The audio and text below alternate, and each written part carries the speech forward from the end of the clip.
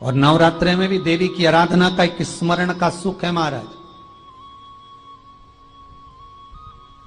ज्योत का विधान है, नवरात्रे में देवी की ज्योत लगती है, अखंड ज्योति लगती है, जवारे बुआए जाते हैं, कलश लगता है।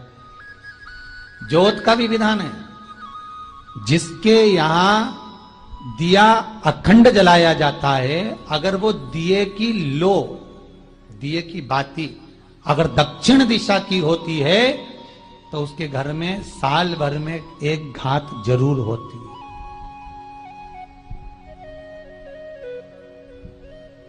जो दिया अखंड जलता है उसकी बाती का मुख दक्षिण का नहीं होना चाहिए।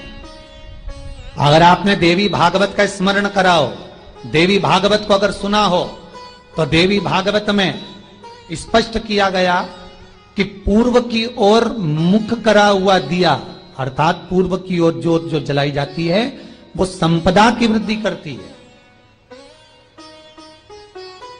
पश्चिम की ओर मुख कर कर जो ज्योत लगाई जाती है महाराज, वो वैभव को देती है। और उत्तर की ओर जो मुख कर कर ज्योत जलाई जाती है, उत्तर की ओर जो ज्योत का मुख रहता है वो आयु की वृद्धि करती है, घर में अकाल मौत को रोकती है।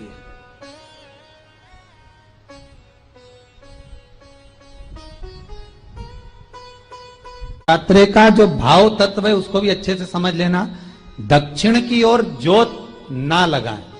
अगर आपको लगाना है पूरब की लगाएं, पश्चिम की लगाएं या उत्तर की लगाएं। और जितने दिन महारानी जगदम्बा जगतधात्री दुर्गा भवानी, अब की बार माताजी घोड़े पर आई है। हर बार देवी बदल बदल के आती है, इस बार जो नवरात्रे आए वो घोड़े के आए। तो घोड़े पर जो देवी जी आती है वो समृद्धि को देने वाली आती है, लक्ष्मी की वृद्धि करने वाली आती है। जैसी घोड़े की रफ्तार होती है उस रफ्तार से लक्ष्मी घर में आती है। तो ये मत सोचना कि कोरोना महामारी ने हमको नीचे गिरा दिया या कोरोना महामारी ने रोक दिया, कमाई के स्रोत रोक दिए, धन रोक दिया। चिंता मत करना। मेरी मां जगत जननी दुर्गा भवानी अब की बार घोड़े पर आई है। साल भर में इतना धन दे देगी कि आपने पीछे के 4 साल में नहीं कमाया होगा, इतनी मेरी मां भंडार भर देगी। ये घोड़े पर आई है, कोई साधारण नहीं हो सकता।